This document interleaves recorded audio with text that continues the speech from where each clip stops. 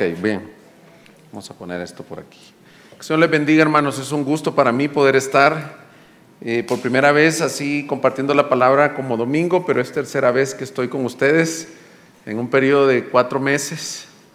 En diciembre vinimos la primera ocasión. Si tuviste la oportunidad de estar aquí, fue un tiempo de alabanza hermoso. Hace como un mes volvimos a venir con casi todos los pastores de Gracia Soberana, con Abelardo, con Carlos y varios de la región, al taller de predicación expositiva.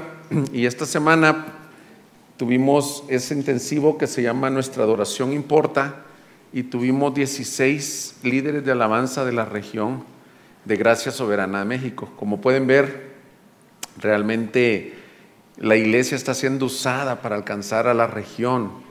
Es un lugar muy estratégico para las personas que están en el centro de México. Así que gloria a Dios por eso. Yo no quería dejar de saludarlos, pero agradecerles también a los que de alguna manera sirvieron esta semana. Todos se fueron casi comentando que son unos servidores y unos anfitriones excepcionales. Muchas gracias.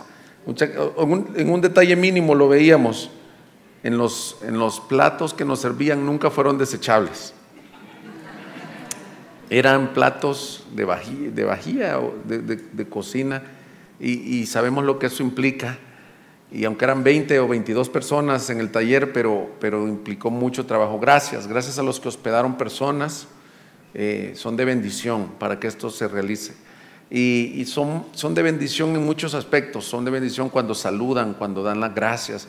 Así que estamos contentos y me da gusto ver que la iglesia cada vez está añadiéndose más personas, están creciendo más dinámico. Hay que estar orando ya para que el Señor nos mande también un tecladista, porque ya los estaba escuchando yo con las guitarras, que se oye muy bien, que Willy creo que hace muy buen trabajo, pero también cómo ayuda, ¿verdad?, tener también un piano. Así que el piano es lo de menos de conseguir.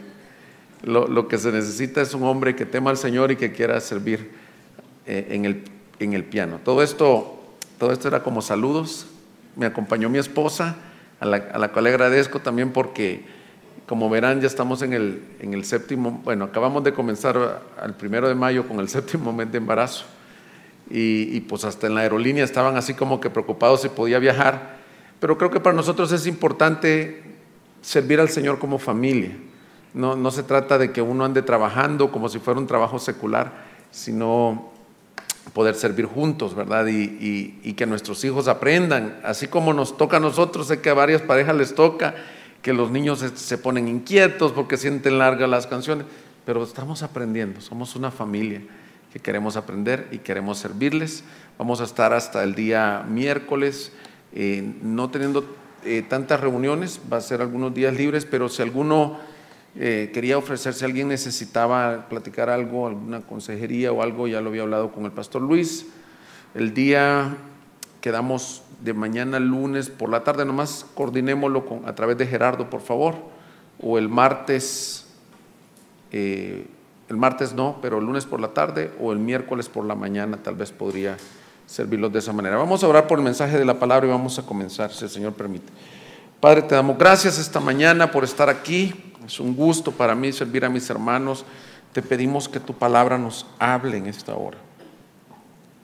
Que vivamos en la bondad, Señor, del Evangelio. Que nos demos cuenta que ya fuimos justificados, pero que también tú quieres que vivamos creyendo esta verdad todos los días de nuestra vida. En el nombre de Jesús. Amén. Bien, he titulado en esta mañana el tema: ¿qué es vivir en la fe del Hijo de Dios? ¿Qué es vivir en la fe del Hijo de Dios? Y quiero que me acompañes en tu Biblia, por favor, a Gálatas 2:20, y vamos a seguirnos leyendo hasta el 3:5, 2:20, 21 y 3 del 1 al 5. Dice el apóstol Pablo a los Gálatas: con Cristo he sido crucificado, y ya no soy yo el que vive, sino Cristo vive en mí. Y la vida que ahora vivo en la carne, la vivo por fe en el Hijo de Dios, el cual me amó y se entregó a sí mismo por mí. No hago nula la gracia de Dios, porque si la justicia viene por medio de la ley, entonces Cristo murió en vano. Oh Gálatas insensatos, ¿Quién os ha fascinado a vosotros, ante cuyos ojos Jesucristo fue presentado públicamente como crucificado? Esto es lo único que quiero averiguar de vosotros. ¿Recibiste el Espíritu por las obras de la ley o por el oír? ¿Con qué dice? Con fe. ¿Tan insensatos sois?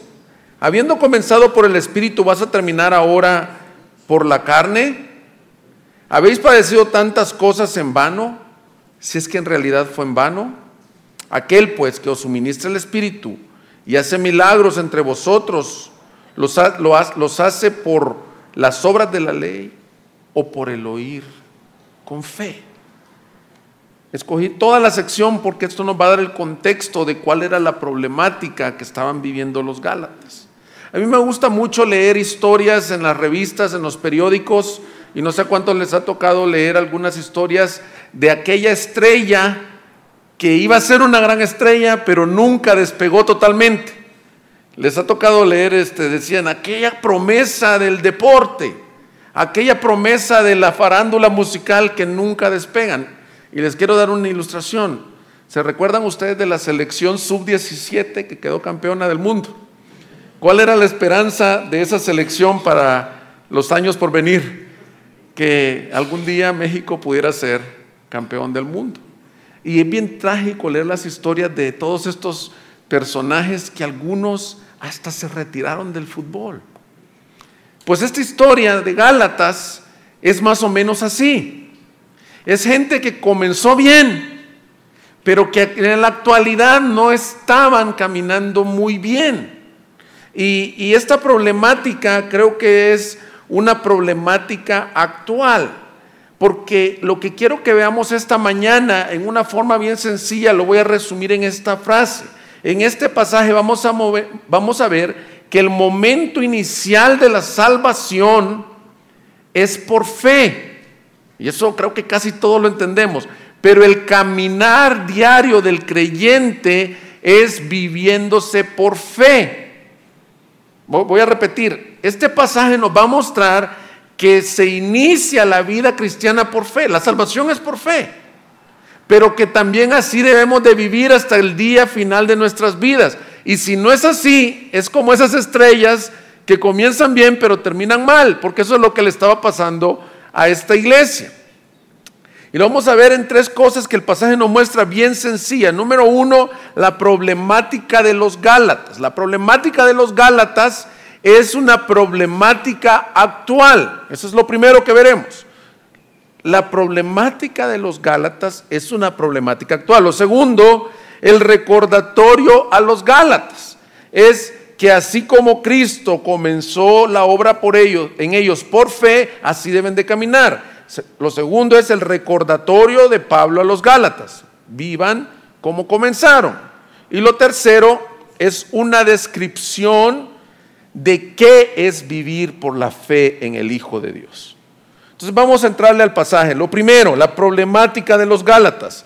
Está en los versículos 1 hasta el 4, podemos ver. 1, luego el 3 y el 4. Oh Gálatas insensatos, ¿quién os ha fascinado a vosotros, ante cuyos ojos Jesucristo fue presentado públicamente como crucificado? Ahora mira el 3. ¿Tan insensatos sois? Habiendo comenzado en el Espíritu, ¿vas a terminar en la carne? Versículo 4. ¿Habéis padecido tantas cosas en vano, si es que en realidad fue en vano? ¿Cuál era la problemática entonces que estaban viviendo? ¿Cuál era la insensatez? Pablo les dice, vivir de esta forma es ser insensato. La problemática es que habían sido seducidos a algo, porque dice que habían sido fascinados. Es la primera pregunta que les hace. ¿Por qué son insensatos? ¿A qué han sido fascinados? Fíjate la palabra fascinado, lo que significa. Es así, una mejor traducción sería seducido con mentiras engañosas. ¿Y sabes cómo es? Es como cuando tienes una señorita, una jovencita de unos 16 años y sus papás, su mamá, sus pastores, sus amigas ven que viene un tremendo canalla que no tiene nada por qué estar acercándose con esta jovencita, pero ella está seducida, engañada, atraída. Todos ven Todos pueden ver las cosas negativas del hombre, pero ella dice, mamá, es que tú no me dejas vivir, tú porque ya disfrutaste la vida. Y no solo es la mamá, es el papá, los pastores, todos pueden ver. Bueno, esa es la mejor ilustración de lo que les había pasado a los Gálatas. Estaban engañados. Y te voy a decir por qué es engañoso. Porque todas las falsas doctrinas, todos los errores doctrinales, no es que la gente sea mala y va a decir, pues de ahora en adelante voy a comenzar a vivir sin un error. No, es que nos dejamos engañar por lo que no es el evangelio. Y entonces, ¿a qué habían sido fascinados? Y según se entiende, habían sido fascinados a olvidar qué era el evangelio. Si te fijas, dice, comenzaron bien, comenzaron por el Espíritu, pero ahora están viviendo por la carne. Entonces uno lo primero que piensa cuando le dicen viviendo por la carne, se le imaginan los pecados de la carne y empieza a pensar en fornicaciones, en mundanalismo, en iras, en contiendas. En este texto no se está refiriendo a eso de vivir en la carne, sino que está refiriéndose a una vida que no está viviendo de acuerdo a la forma que se vive el evangelio. El evangelio se vive por fe y se vive en el Espíritu. Es decir, el caminar de un creyente es el caminar en el Espíritu. Lo que Pablo les está diciendo, pocas palabras, es que a ellos se les había olvidado lo que la cruz implicó y lo que la cruz implica para ellos ahorita, porque les dice, tan insensatos son que han sido fascinados ante ustedes. Fíjense lo que les dice, es bien especial, que Cristo fue presentado. ¿Cómo dice? Léelo en tu Biblia. ¿Cómo les había sido presentado Cristo a ellos? Crucificado públicamente. Es decir, cuando Pablo fue a Galacia, cuando los otros pastores fueron a la región de Galacia, no le llegaron predicando un evangelio falso. Le llegaron predicando lo que Pablo decía que era su predicación. Pablo decía, yo me he propuesto a no conocer a otra cosa más que a Cristo y a este crucificado. Y me gusta, Pablo es un tremendo predicador y lo sabemos todos, es un tremendo escritor. Y les dice, miren, fue tan visible. Yo no les vine a presentar poder, prosperidad, cosas que no son la palabra. No les vine a presentar la ley de Moisés, contextualizándonos a la época que vivió Pablo. Les vine a presentar al Hijo del Hombre y este crucificado. ¿Por qué era bien importante esto? Porque para los no creyentes, un hijo del hombre, de Dios, para los no creyentes, para los griegos, un rey, un Mesías que muriera en la cruz, dice la Escritura en Corintios, era en realidad una locura. Era una insensatez. ¿Por qué? Los griegos decían, los romanos decían que un Mesías, un hijo de Dios, un divino, debía ser un conquistador. Para los judíos era ciertamente tropezadero. ¿Por qué era tropezadero? Miren, los judíos tenían la expectativa mesiánica por todo el Antiguo Testamento. En los 400 años de silencio, ellos habían estado esperando un Mesías, pero ¿sabes lo que esperaban?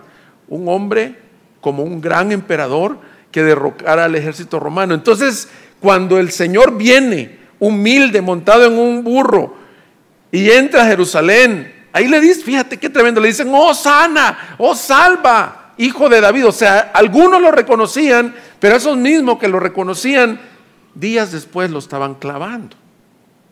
Entonces, el Señor da su vida, rasga el velo de arriba abajo, nos abre un acceso al Padre, pero no lo entendían, no lo veían. Luego desciende el Espíritu Santo sobre los apóstoles y empiezan a predicar este mensaje, sencillo mensaje, la vieja historia del Evangelio. Cristo en la cruz dio su vida para salvar pecadores. Los griegos decían tontería. Esa es la mejor traducción de la palabra en inglés, que se dice foolishness, tontería.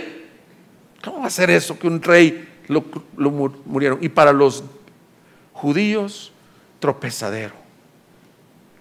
Y él les dice, miren, yo vine a ustedes, yo no les hablé de ninguna otra doctrina, yo les presenté a Cristo crucificado. Y lo tremendo de esto es que esa ilustración es como si se los puso en un display a todo color, así como esos de la carretera. Un anuncio, una valla publicitaria. Les dice, para ustedes fue bien claro a quién yo les predicaba. Yo les prediqué la cruz de Cristo. Entonces, hermanos, resumiendo la problemática de los Gálatas, estaban fascinados con algo que no era la cruz. Estaban fascinados con algo que no era el verdadero evangelio. Habían quitado su mirada de la obra de Cristo en la cruz y estaban viviendo en la carne. Eso es vivir en la carne. Si tú piensas que el evangelio nada más son buenas noticias que se predican afuera, o que el evangelio significó nada más me salvaron y fue un boleto al cielo o a la gloria, entonces no entendemos bien qué es el evangelio. Se hizo una encuesta entre cristianos y se les preguntó qué era el evangelio, y sabes que los números que arrojaron esas encuestas es que la mayoría de cristianos no entendemos bien qué es el evangelio. Pero Pablo dice, el evangelio está muy relacionado con la cruz. El evangelio está muy relacionado con la obra que otro hizo por nosotros. La diferencia entre nosotros y los musulmanes, nosotros y las otras religiones, es que ser cristiano no se trata de hacer cosas, sino de la obra que otro hizo en nuestro lugar y a nuestro favor, y creer y poner toda nuestra fe en esa obra. Esa es la diferencia fundamental del evangelio. Y no vivir creyendo esa bondad es vivir caminando en la carne, de acuerdo a este pasaje. Y no solo eso, es insensatez. Pablo le llama insensato, que le quiere decir esto es una tontería, porque cuando tú te olvidas del evangelio e intentas vivir por tus propias fuerzas la vida cristiana, que es la segunda parte del error que ellos tenían, tú estás diciendo esto: Cristo no es suficiente para todo en mi vida. Entonces, por un lado era olvidarse, pero la otra cara de la moneda era, si me olvido, entonces ¿cómo vivían su vida cristiana? ¿Cómo vivían su vida cristiana? Era viviendo en su propio esfuerzo. Ese es lo otro que es bien trágico. Cuando nos olvidamos de la cruz, caminar en la carne, que dice ahí, la insensatez de ellos es vivir la vida diaria, ya no por la fe en el Hijo de Dios, sino por la fe en algo. La fe en cualquier otra cosa. Autosuficiencia, nos decía esta semana Bob, es simplemente no estar creyendo que en mí no hay nada para alcanzar la salvación y estar pensando que yo puedo aportar algo. Yo creo, hermanos, como aplicación a este primer punto, a este error, que la mayoría de creyentes aceptan y creen que fueron salvos por pura gracia, por fe y por pura gracia. Yo creo que si tú eres hijo de Dios, si tú eres creyente, tú aceptas eso. Pero es muy común que estos mismos creyentes en el día a día vivan olvidándose de la cruz y quieran vivir ganándose el favor de Dios. Esa es una aplicación, un contexto en nuestras vidas de este error. Por ejemplo, obrando en la carne al diario vivir, queriendo cambiar en nuestras propias fuerzas. Un ejemplo de la santificación. ¿Cómo enfrentas el pecado? ¿Cómo quieres cambiar? ¿Por penitencias? ¿Por propuestas? Etcétera, etcétera. Queriendo cambiar en nuestras propias fuerzas, queriendo agregar cosas al sacrificio de Cristo. Cuando no creemos al evangelio, simplemente pueden pasar dos cosas. Autosuficiencia es que yo puedo, y la otra es condenación, porque al ver que no puedo, vengo el domingo con mucha condenación. Las obras de la ley son imposibles de cumplir. Si no, nomás lee el Sermón del Monte. ¿Quién de nosotros puede amar en la forma del Sermón del Monte?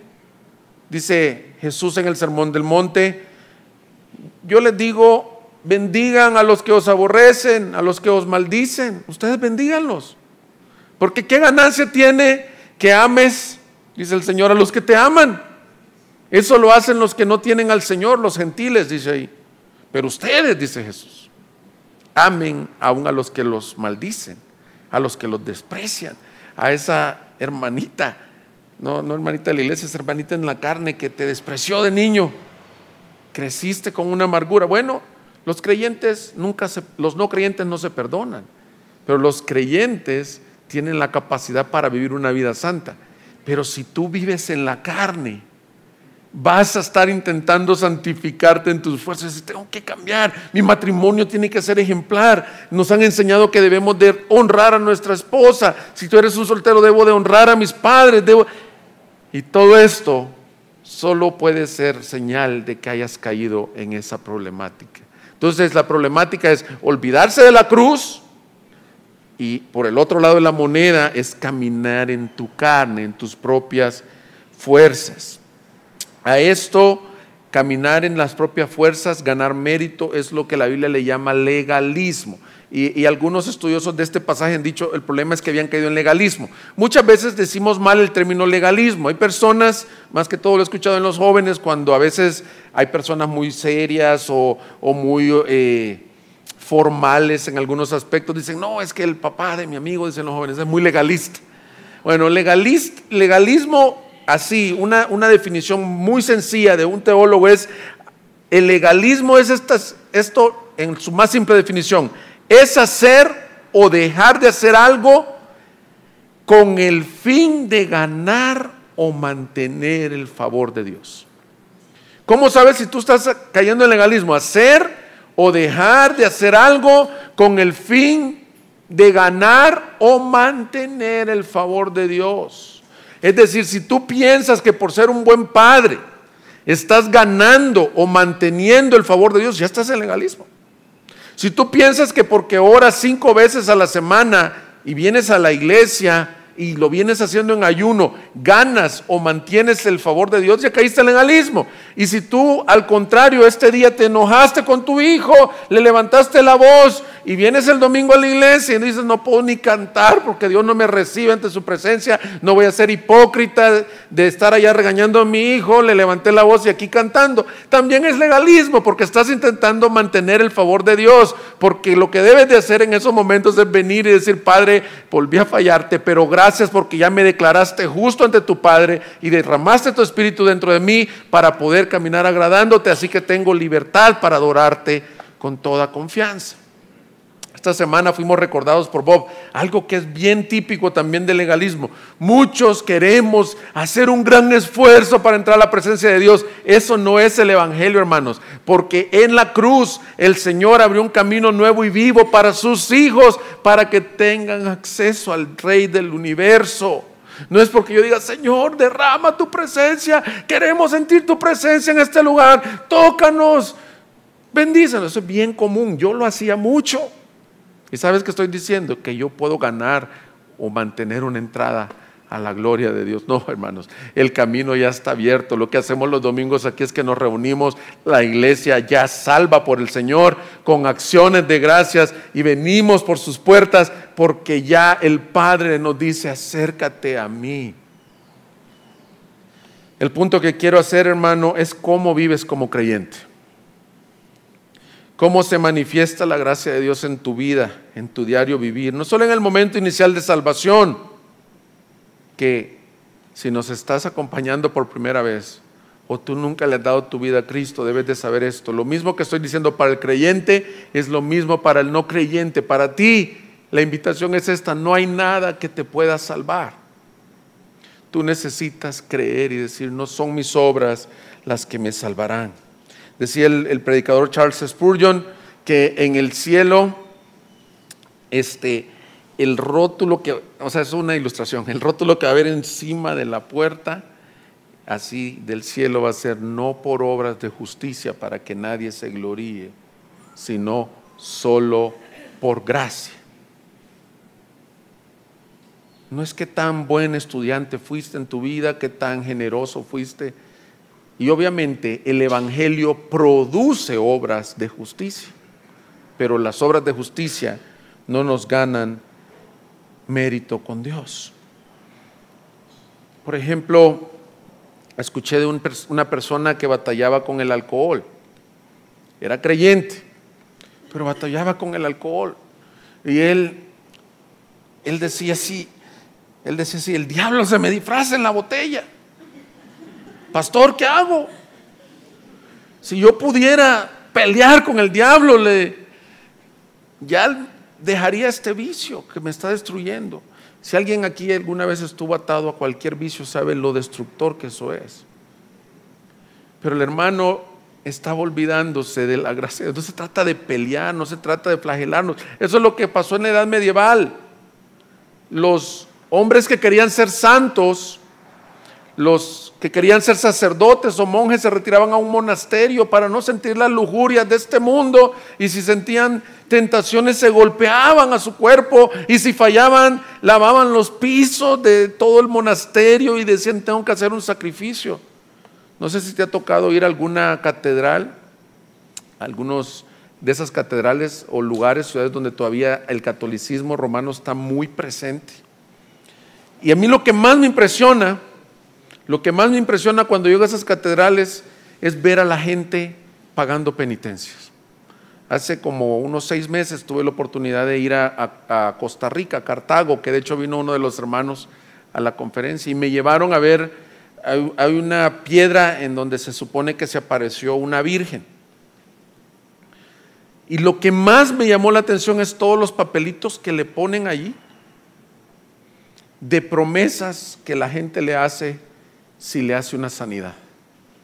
Date cuenta qué tan lejos del espectáculo de la cruz es eso.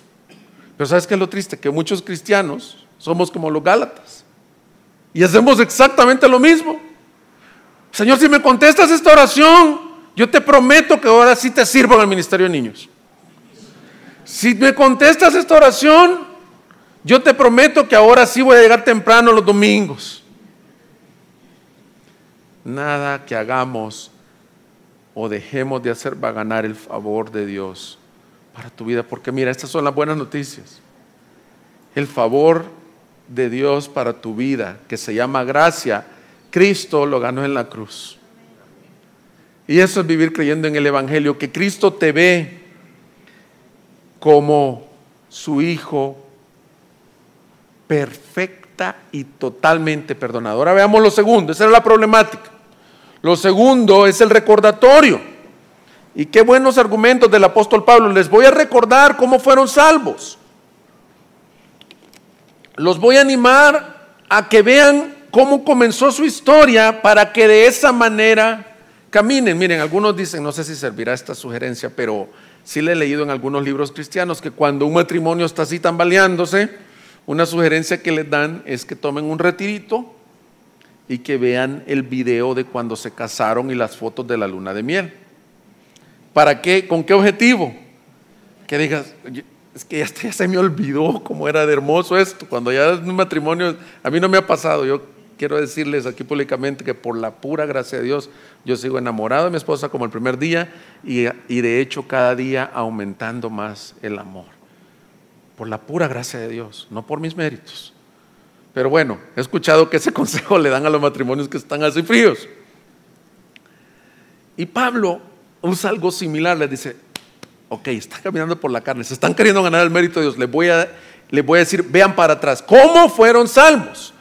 Versículo 2, me lo brinqué ahorita en la lectura. Esto es lo único que quiero saber de vosotros. ¿Recibiste el Espíritu por las obras de la ley o por el oír con fe? Ahora brinquémonos hasta el versículo 5. Aquel pues que os suministra el Espíritu y hace milagros entre vosotros, ¿lo hace por las obras de la ley o por el oír con fe? Les da 2 argumentos. Cuando dice recibiste el Espíritu Santo, no se está refiriendo a como algunos entienden este pasaje, que si recibieron un bautismo del Espíritu Santo. No, cuando ustedes fueron unidos a Cristo, tú recibiste el Espíritu Santo. Todo creyente el día de su nuevo nacimiento recibió el Espíritu Santo. Imagínate qué gran privilegio. Cuando tú pusiste tu fe en Jesús, tú te volviste en uno con Cristo. Dicen que una de las mejores definiciones de ser cristiano, como Pablo lo usa, es los unidos a Cristo. En muchos versículos, los que son uno con Cristo. Y cuando tú viniste a Cristo, el Espíritu Santo fue derramado, dice Efesios, fue puesto como un sello, que es la promesa de las arras como una boda de la herencia que vas a recibir. No solo es el sello de la promesa, sino que también la Escritura dice de que el Espíritu Santo nos bautizó en Cristo y que tú fuiste parte de Él y el Espíritu Santo habita dentro de ti. Y ahora Pablo les dice, como ver el álbum de fotos, ¿cómo fue que fuiste injertado a Cristo? ¿Cómo fue que recibiste el Espíritu Santo? ¿Fue por algo que hiciste? Y yo te hago el mismo argumento a ti. ¿Cómo fuiste salvo, hermano? ¿Cómo fuiste salvo, hermana? ¿Hiciste algo? Yo te puedo decir mi testimonio. Yo tenía 17 años, yo no lo buscaba, yo no lo anhelaba. Yo crecí dentro de una iglesia, pero eso no te hace creyente para nada. Pero el que me buscó fue el Señor Jesús. Este día que estábamos cantando, yo estaba escuchando el ensayo y se me salían las lágrimas recordar lo que acabamos de cantar, porque esa es mi historia. En densa oscuridad vagué, perdido en el error, la senda vana del placer a muerte me llevó, siendo rebelde a tu voz, me amaste aún así. ¿Y qué sería de mí si no hubiera sido por ti? Yo estaba oyéndolos ensayar, para que vean que las canciones que cantamos no solo se trata de música. Yo decía, eso que están ensayando, esa es mi historia. Yo no te buscaba. Pero el Señor dice en el profeta Isaías, al pueblo que no me buscaba, al pueblo que era rebelde, todo el día yo le extendí mis manos y le dije, heme aquí, heme aquí. Y mi historia es la misma historia tuya, se llama la historia de gracia del Señor para nuestras vidas. Tito 3 dice, porque en otro tiempo ustedes eran extraviados, esclavos de pecado, rebeldes, sin deseo de Dios, mas cuando se manifestó la bondad de Dios a sus corazones, Cristo los salvó, no por obras de justicia que ustedes hubieran hecho. Esa es tu historia, esa es mi historia. Y Pablo dice, miren cómo fueron salvos. Fueron salvos, recibieron el Espíritu por algo que ustedes hicieron. ¿Y cuál era la respuesta lógica? No. ¿Por qué? Porque somos salvos por poner la fe en Jesús. Mira, acompáñame a Romanos 5, por favor. Romanos 5, versículo 6. Dice, porque mientras aún éramos débiles, a su tiempo, Cristo murió por los impíos. ¿Sabes qué significa impío? Viene de impiedad. Y la impiedad es todos los pecados que afectan a Dios. Cristo a su tiempo murió por personas impías como lo era yo. Porque a duras penas habrá alguien que muera por un justo, aunque tal vez alguno se atreva a morir por el bueno. Pero Dios demuestra su amor para con nosotros en que siendo aún pecadores, Cristo murió por nosotros. El argumento entonces que Pablo les dice es, vean cómo fueron salvos. Fueron salvos solo por creer en un Salvador y no por hacer nada. Y en pocas palabras, me voy a adelantar al tercer punto, les dice, entonces sigan viviendo así. Sigan creyendo en esto. No sé si te gusta leer biografías de cristianos que han caminado con el Señor. A mí me gusta mucho cómo predicaba el pastor Carlos Spurgeon en los años 1800. Y tenemos muchos de sus recursos escritos, sus mensajes están escritos. Yo decía, ¿y cómo lo grababan en los 1800 si no había grabadora? ¿Sabes cómo lo grababan? Su esposa sentada tomaba taquigrafía de todos los mensajes. Y los tenemos en no sé cuántos idiomas. Tú métete en Google y busca mensajes del pastor Carlos Spurgeon y te van a bendecir mucho, porque era un tremendo evangelista. De hecho, le llegaron a llamar el príncipe de los predicadores, sabiendo que el rey y el pastor de los predicadores es Jesucristo, pero era por su forma tan buena para expresar la palabra de Dios. Yo lo admiro mucho. Te voy a leer algo que leí un poquito de su salvación, de cómo fue salvo. Dice que él tenía como 16 años, dice. El ministro, el pastor, no estaba esa mañana. Creo que la nieve lo había detenido. En su lugar llegó un hombre delgado, creo que era un zapatero o sastre o algo así en la iglesia, y se subió al púlpito a predicar. Es bueno que los predicadores sean educados, pero sin embargo este hombre más bien yo creo que no era educado, era ignorante probablemente. Se mantuvo apegado al texto porque no sabía qué más hacer. Lo leyó porque simplemente no tenía nada más que decir. El texto era este, dice Spurgeon: mirad a mí y sed salvos todos los términos de la tierra. Su pronunciación era pésima, pero a mí no me importó. Vi un rayo de esperanza en ese texto. Y el predicador empezó así: queridos amigos, este es un texto muy simple. Dice, mirad. Ahora, mirad no es algo que cueste mucho. No es levantar el pie derecho o el dedo, es solo mirar. Entonces levantó sus manos y gritó: joven, mira a Jesucristo, mira, mira, mira. No tienes que hacer nada, solo míralo y vivirás. Y dice, en ese momento yo vi el camino de la salvación. Y ya no supe nada más de lo que habló, porque caí preso de un solo pensamiento. Así como la serpiente de bronce fue levantada en el desierto y la gente miraba y quedaba sanada, así fue conmigo. Yo pensaba que debía de hacer 50 cosas para ser salvo, pero cuando escuché esa palabra, mira, mira, cuán dulce fue para mí, entonces miré hasta que mis ojos se desgastaron y ese día nací de nuevo. Hermanos, esta también es mi historia y es la historia de todos los creyentes. Nosotros no podíamos hacer nada para ser salvos. Lo único que hicimos es ver a Cristo en la cruz. Yo recuerdo tan fresquito, a mis 17 años, como yo, lleno de pecado, no tuve que hacer una penitencia por la gracia de Dios, nada más creer. Y yo le dije: Señor, aquí está mi vida y por Él hemos sido salvos. La obra de la cruz es completa. El segundo argumento que les da es el argumento de cómo el Espíritu Santo hizo milagros en medio de ellos. Eso es bien interesante. El versículo 5 les dice: y cuando el Espíritu Santo hizo milagros, también ¿cómo lo hizo? ¿Lo hizo por obras o por fe? ¿Cómo recibieron el Espíritu? Por la fe. ¿Y los milagros cómo ocurren? Un milagro se define teológicamente como una señal prodigiosa que tiene que haber sido hecha aparte de las fuerzas humanas. Por lo tanto, por eso es un milagro. Supongamos el paralítico, que dice la Escritura que entre 4 amigos lo bajaron por el techo.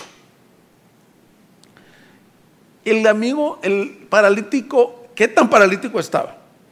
Que dice que lo traían en una camilla, 4 amigos, pero Jesús estaba predicando, el lugar estaba muy lleno, y entonces abrieron un hoyo por el techo y lo comenzaron a bajar. Y Jesús, imagínate pasar eso aquí para empezar. Y de repente Jesús interrumpió la predicación y lo vio. ¿Y sabes qué le dijo? Hijo, tus pecados te son perdonados. Aquí se ve bien claro que un milagro no es por nada, no había ni hablado. Y entonces los fariseos y los escribas dijeron: ¿y este quién es que perdona pecados? Entonces les dijo: ándele, para que vean que el Hijo del Hombre es el Hijo de Dios. No solo le digo: tus pecados te son perdonados, le digo: toma tu lecho y anda. Y al instante se levantó. Cuando acontece un milagro es una gran ilustración de lo que es vivir por la fe, porque para un milagro uno no puede hacer nada. Y lo que Pablo le está diciendo: miren para atrás cómo fueron salvos y miren cómo Dios hizo prodigios entre ustedes. Las dos fueron por la fe. Son ilustraciones que les está dando y diciendo: ahora tu vida que sea así. Vive creyendo que no está en ti el vivir como hijo de Dios, sino que es por la fe. Es por la fe. Uno de los retos más grandes que tenemos es vivir recordando esto, que el mismo Espíritu que levantó a Cristo de nosotros es el que vive dentro de nosotros. Y eso nos lleva a lo tercero, que es nuestra conclusión. Entonces, estaba diciendo ¿qué no es? Pues vivir por la fe del Hijo de Dios. ¿Qué es vivir por la fe del Hijo de Dios? la vida cristiana no se vive en las fuerzas humanas, no se vive en la carne, no se vive esperando como el paralítico, no hay nada que podemos hacer. Si tú ya estás de este lado de la vida cristiana, tú eres llamado a vivir en esto. El camino del creyente es, valga la redundancia, creer en un Salvador que tiene, el Evangelio cubre todos los aspectos de tu vida. No estoy hablando solo de los aspectos dominicales, no estoy hablando solo de los aspectos bíblicos, estoy hablando que en tu trabajo, en tu situación financiera, en tu situación familiar, en tu situación física, si estás padeciendo una enfermedad, vivir creyendo en el Evangelio es que tú creas que el Salvador, nuestro Señor Jesucristo, también está cercano a ti en esos momentos. Que la cruz del Calvario no solo perdonó y justificó tu vida, sino que también tiene aplicación para tu vida diaria. Y lo voy a ir describiendo quizás poniéndole títulos. Lo primero que es vivir en la fe, fíjate, le voy poniendo algunos títulos para que organicemos nuestra mente. Lo primero es vivir descansando en la obra de Cristo crucificado. ¿Qué es vivir por la fe entonces? Vivir descansando en la obra de Cristo crucificado. Leímos desde el 2:20 y tú dices, no tocaste casi nada del 2:20. No, pues es que ahorita lo vamos a ver. Dice, con Cristo he sido justamente crucificado. Y mira cómo decía él, y ya no soy yo el que vive, sino que Cristo vive en mí, y la vida que ahora vivo en la carne, la vivo en la fe del Hijo de Dios, el cual me amó y se entregó a sí mismo por él. ¿Qué quiere decir descansando en la obra de Cristo crucificado? El 2:20 lo primero que nos dice es que todos los creyentes fuimos incluidos en la muerte de Cristo. Es un misterio que una persona que no tiene el Espíritu Santo no puede entender, simplemente. Pero cuando tú tienes el Espíritu Santo, el Señor nos ilumina esta verdad. Un creyente, cuando Cristo estaba muriendo, fíjate, cuando el Señor estaba en la cruz, dice la Biblia que el cielo oscureció, que hubo un gran terremoto, que los sufrimientos del Señor eran tremendos, pero lo más impactante es cuando Él externó la frase, lama, lama, Eloi, Eloi, lama, sabactani. ¿Qué quiere decir? Dios mío, ¿por qué me has desamparado? Y yo no sé si tú te has hecho la pregunta por qué él se sintió desamparado o abandonado en ese momento. Y la realidad es esta, porque dice Isaías 53 que él cargó el pecado de todos nosotros. Él, dice 1 Corintios 5:21, se hizo pecado por nosotros. En ese momento estaban siendo puestos sobre él todos los adulterios, todas las mentiras, todas las abusos, todas las arrogancias, no que tiene el mundo, que los creyentes, que tú y yo teníamos. Y el Padre escondió de él el rostro. Fue el abandono del Padre a su Hijo Jesús. ¿Y sabes lo tremendo? Que los que debíamos de estar siendo colgados y morir y ser abandonados eternamente éramos tú y yo. Pero en la cruz Cristo fue y nos unió. Y los que hemos creído en Cristo, Romanos 6 dice, fuimos crucificados juntamente con Él. Déjame te explico lo que esto significa, que ese viejo hombre, que esos adulterios, esas fornicaciones, esas envidias, esos celos, esos chismes que tú tuviste antes de Cristo, que yo tuve, esas arrogancias, fueron ya castigadas en la cruz. Y por eso Pablo dice que has muerto a tu vieja naturaleza, fuiste trasladado de reino, y por cuanto Cristo resucitó, los creyentes tenemos un nombre nuevo. Yo no sé si sabes la tradición del bautismo, que le ponen ahí le ponen el nombre a los niños, pero la verdad es que viene de una tradición de cómo se bautizaban en el Nuevo Testamento. Cuando bautizaban a un nuevo creyente hasta le cambiaban el nombre, porque decía, ya el viejo hombre, ya no eres Saulo de Tarso, ahora eres Pablo. Algunos dicen de que es por el nombre griego. No, pero parte que se cambiaban muchos el nombre era porque ya eran una nueva criatura. Tú tienes una nueva naturaleza. Entonces vivir por la fe en el Hijo de Dios es vivir descansando en esa verdad de la cruz. Leía ahora, no recuerdo si fue Willy que dijo, por lo tanto ninguna condenación hay para los que están en Cristo Jesús, por cuanto las cosas viejas pasaron y aquí todas son hechas nuevas. Uno de los retos más grandes de los creyentes es este: no creer que fuiste justificado, sino creer que la justificación fue en ese momento y que ahorita el Padre te ve totalmente justificado. Y te quiero poner una ilustración porque con esto es que uno lo entiende cómo la justificación opera. Mira, el perdón ya es grandioso. Si lo único que hubiera ocurrido en la cruz fuera perdón, ya fuera suficiente razón para vivir agradecido. Pero la Biblia no dice que solo fuiste perdonado, sino justificado. Justificado es que el Señor te ve justo en este momento con la obediencia perfecta de su Hijo. Sería como algo así, como que si alguien tuviera una deuda tremenda o millonaria en el banco. Nosotros teníamos a un amigo que era empresario y cultivaba frijoles y los distribuía en los supermercados.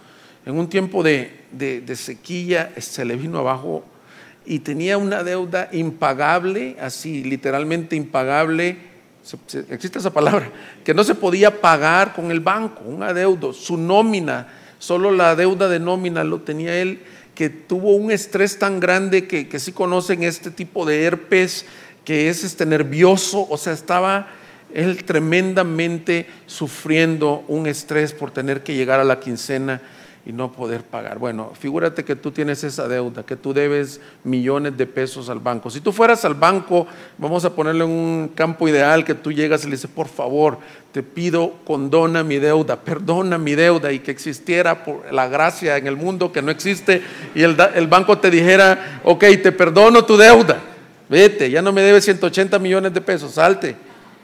Y tú vas y de pronto al salir dices, bueno, pues ya con eso vas gritando, vas celebrando, cero deuda, ya puedes dormir otra vez, se te quita todo el estrés.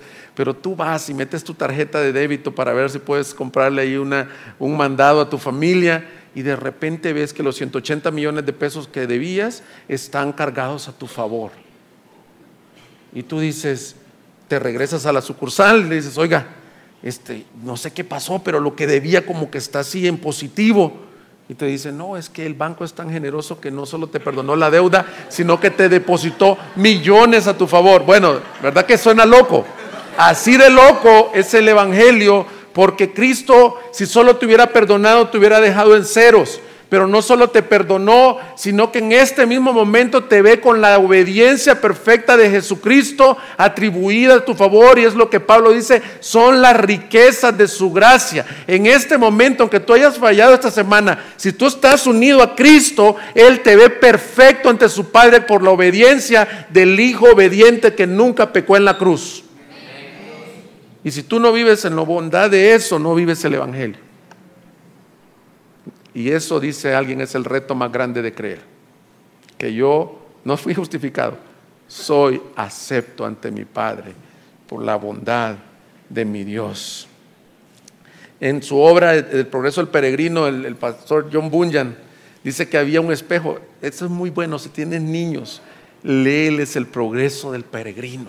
Ese es uno de los best sellers, escrito en los 1600 por un puritano llamado Newton. Dice que había un espejo, que tú del lado estaba las personas que se veían, pero del otro lado del espejo estaba el rey, que es el rey Jesús. Bueno, el rey, el Padre. Y tú te mirabas y de tu lado solo veías todas tus fealdades, si se puede decir así, tus pecados, tus cicatrices, tus heridas. Pero del otro lado, era como un vidrio, más bien dicho, se miraba la imagen de Cristo. Y esa es la que veía el rey, la imagen de su Hijo perfecto. Algo así es vivir descansando en la justicia de Dios todos los días. Es difícil de creerlo, pero por eso se llama vivir por la fe en el Hijo de Dios. Lo otro, dije que lo voy a ir describiendo, es vivir entonces descansando en la obra de la cruz. Lo otro es vivir en la obra de gracia y no por obras. Vivir en la obra de gracia y no por obras. La gracia por medio de la fe no solo es para salvación, sino para la vida diaria. Vivimos por gracia, hermanos. Pablo dice en 1 Corintios 15:10, pero por la gracia de Dios soy lo que soy. Y su gracia para conmigo no resultó vana. Antes bien he trabajado mucho más que todos ellos, aunque no yo, sino la gracia de Dios en mí. Él decía, en mi vida diaria, vivir en la fe del Hijo de Dios es, yo no vivo pensando que yo puedo hacer obras, pero hago obras. De hecho, dice Pablo, he hecho más que ellos. ¿Pero qué fue? La gracia de Dios en mí. Y yo los quiero animar como iglesia. Yo los he visto obrando en la gracia de Dios. Y nos decía el pastor Bob Coughlin, muchos decimos que el Señor usó al líder de alabanza y estuvo bien hermoso, y le dices, muchas gracias hermano, estuvo bien hermoso. No, no fui yo. No, dice Bob, sí fuiste tú. Pero ¿sabes qué fue? La gracia de Dios en ti. Cuando nosotros le decimos, gracias hermanas, gracias hermanos por cómo nos atendieron. No hermano, no fui yo. Claro que fueron ustedes, claro que fue la iglesia de Guadalajara, pero no fueron ustedes, sino la gracia de Dios en ti. Entonces al principio del mensaje tú pudiste haber dicho, pero nos dijo, yo sentí que nos iba a decir que no hay nada que hacer en el caminar cristiano. Claro que sé mucho que hacer. Lo que estoy diciendo es que no vives ganando mérito por tus obras, sino que la gracia de Dios produce obras en ti. Y mira, ahí estamos en Gálatas, en el versículo 21, dice, no hago nula la gracia de Dios, porque si la justicia viene por medio de la ley, entonces Cristo murió en vano. La gracia de Dios te da la capacidad para vivir honrando a Dios. Entonces yo al principio dije, no importa si no ganas mérito, si eres buen padre o buen esposo, pero si eres creyente, la gracia de Dios te va a dar no méritos, no ganas méritos, pero te va a dar la gracia para que entonces aquel hombre que no amaba a su esposa, ahora sea el hombre que Dios quiere que sea, para que aquel hijo que no honraba a sus padres, sea el hijo que Dios quiere que sea. Hace poco tuvimos unos pastores invitados a nuestra casa y estábamos preguntándole por otro pastor que nosotros estimamos mucho, y nos recordaron, nos dijo, ¿sabes cómo le decían al pastor antes de ser creyente? No, ¿cómo? Café amargo.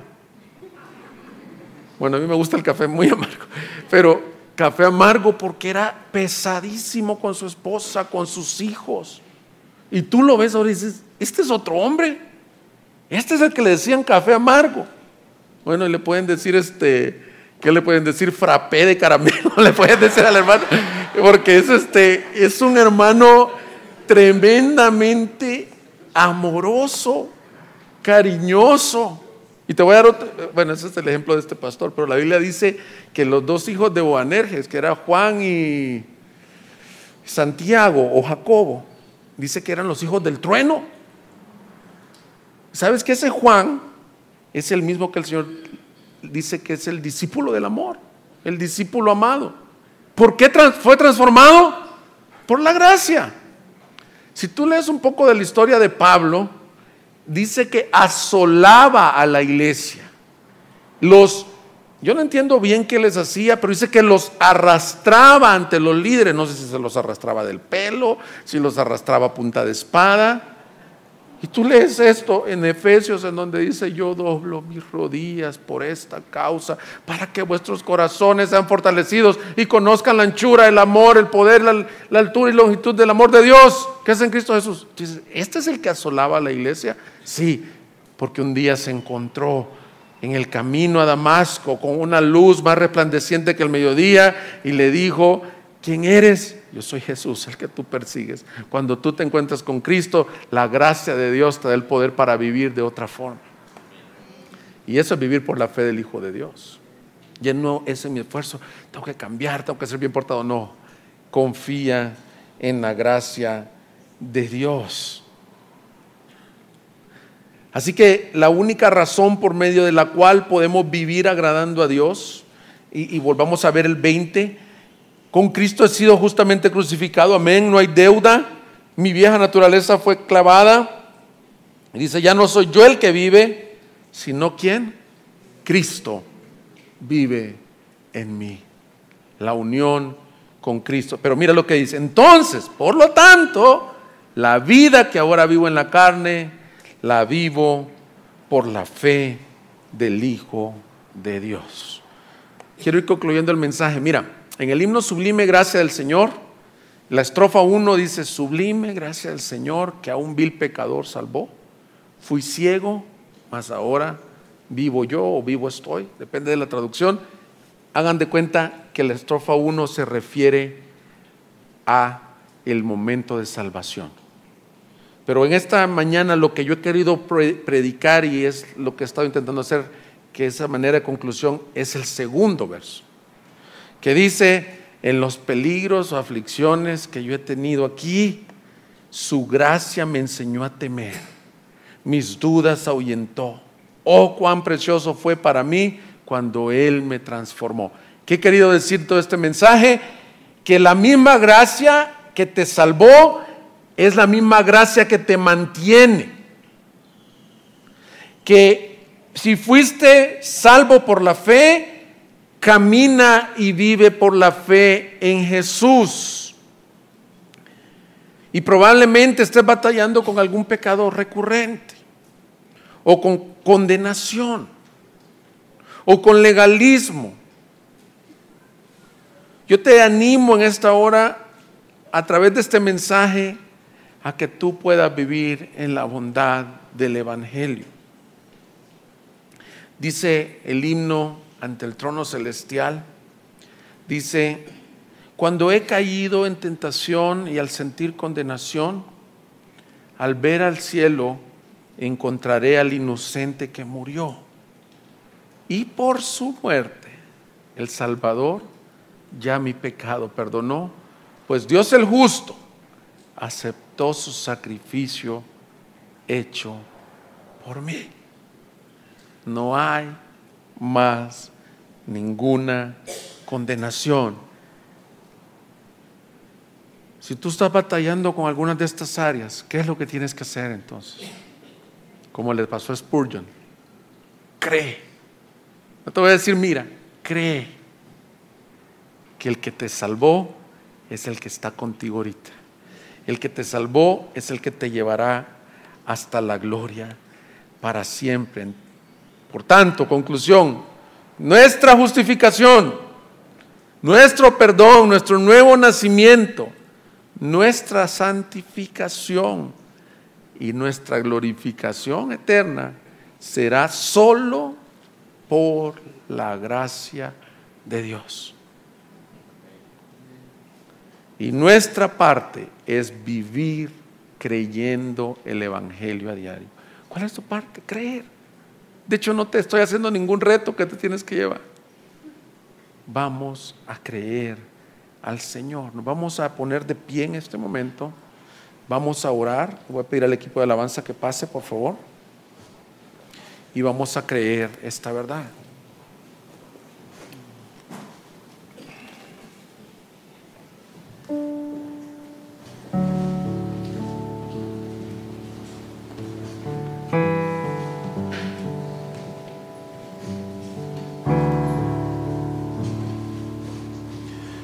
Padre, te damos gracias, Señor,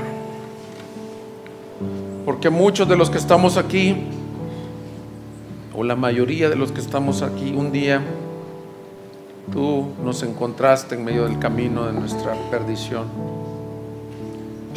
y fuimos, Señor, salvos por pura gracia. Como se nos decía hoy, Abraham creyó y le fue contado por justicia. Aún el hecho de creer se nos fue dado, Señor. Pero ahora en el diario vivir queremos ser creyentes a diario del Evangelio. Y esto es vivir por la fe del Hijo de Dios. Vivir creyendo que la obra de la cruz está completa, que no hay ninguna condenación, que el precio ya fue pagado, que aún más las riquezas de tu gracia han sido derramadas en nuestros corazones. Por lo tanto, Señor, por esa misma gracia, para nosotros el vivir es Cristo. Y tenemos el poder, Señor, de vencer al pecado, a las tentaciones, al mundo, por tu pura y soberana gracia. Fortalece nuestra fe, Señor. Si tú estás batallando con incredulidad mientras cantamos, que esa sea tu oración. Ayúdame a creer que el Evangelio es suficiente para toda mi vida. Ayúdame, Señor, en el nombre de Jesús. Amén.